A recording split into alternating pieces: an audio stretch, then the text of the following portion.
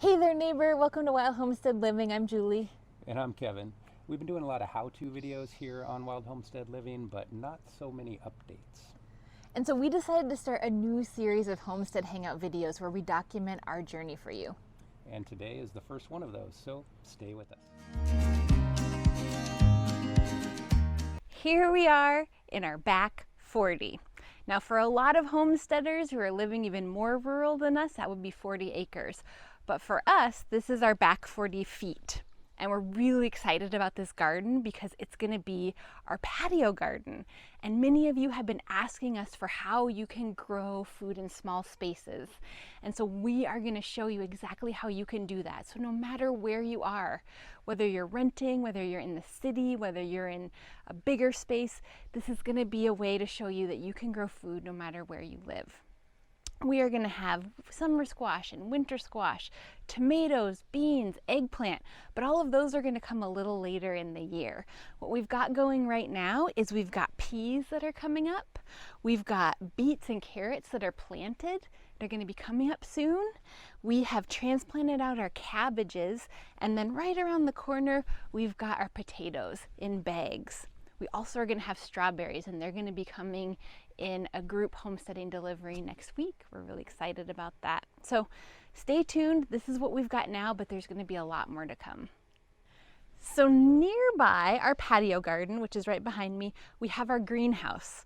And you may have seen the video recently and read our blog post about how we ended up deciding on going with this little mini kit greenhouse. But now it's been up and we've been using it to transition our seedlings to the garden from our indoor setup. So we've got some of those going right now. We are in our greenhouse and it is incredible how much hotter it is in here than outside. So forgive me if I melt on camera. We right now are transitioning some of our seedlings from the indoor setting to the outdoor setting. We've got some turnips, broccoli, celeriac. Back here we've got a giant Italian parsley and a triple curled leaf. And on this side, we're trying fenugreek to grow that for the first time, and some slow bolt cilantro. You might see the cage and some of the other things that are in here, and they are for cucumbers, chili peppers, and tomatoes, which are going to come later in the season. Here we are at our front garden, our main garden, and a year ago this was just sod, and we worked really hard over the spring and the summer to put this garden in. And one of the things that we just had enough time to do was kind of put this perimeter garden in without planting much. So we covered it in a cover crop. We have tilled that in, and then we have put down a broadcast of a whole bunch of different types of wildflower seeds that will grow and attract pollinators. And then over time, we'll plant culinary and medicinal perennials in this bed. So you can see we've got our 13 stock tank raised beds here. And if you've seen our videos about those, it explains why we went this way with our garden. But even just one of these could be a great addition to your homestead. For us right now, we have taken the winter blankies off, which we cover these with an egg cloth to protect our winter crops. And then we've added these structures, which are going to be for peas and beans.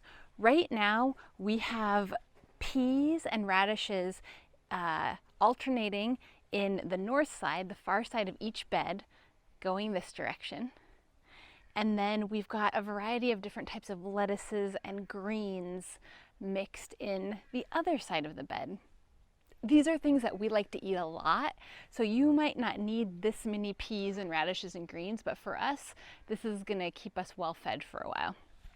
On this side, each of the beds has a variety of mustard greens and radicchio. There's some broccoli and some Brussels sprouts and even some bunching onions. And later on in the season, we'll have a variety of squashes and beans.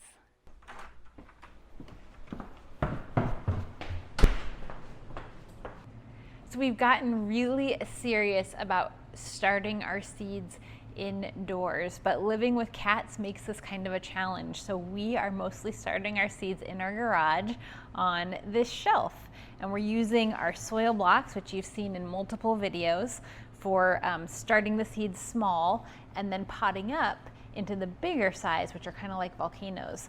And here I've got some cucumbers that are just getting started in the little blocks.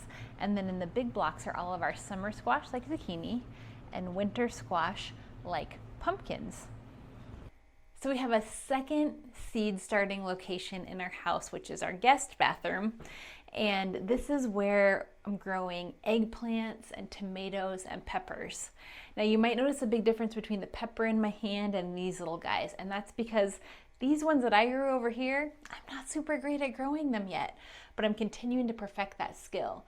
In the meantime, I've networked with another homesteader in my valley who's really great at growing peppers, and I was able to buy these starts from her. So it's important to Julie and I that we grow our own food here on the homestead. But equally important is that we are encouraging the growth and protecting the growth of native plants that support wildlife.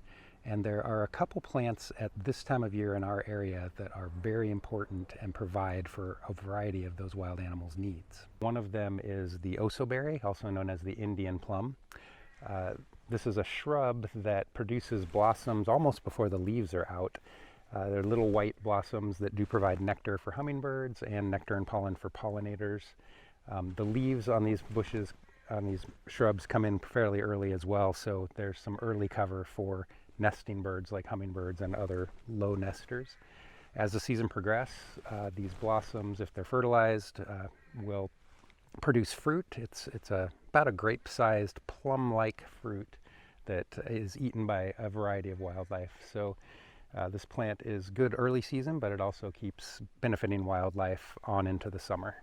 So one other plant that is really important for wildlife at this time of year here on our homestead is the salmonberry. Much like the osoberry, it blooms early. You can see it has these pink blossoms even before the leaves are fully in. So this is a great early source of nectar and pollen for hummingbirds and pollinating insects. These blossoms will eventually produce berries, which are going to be food for birds and mammals. And the seeds from those berries as well will persist even longer as a food source.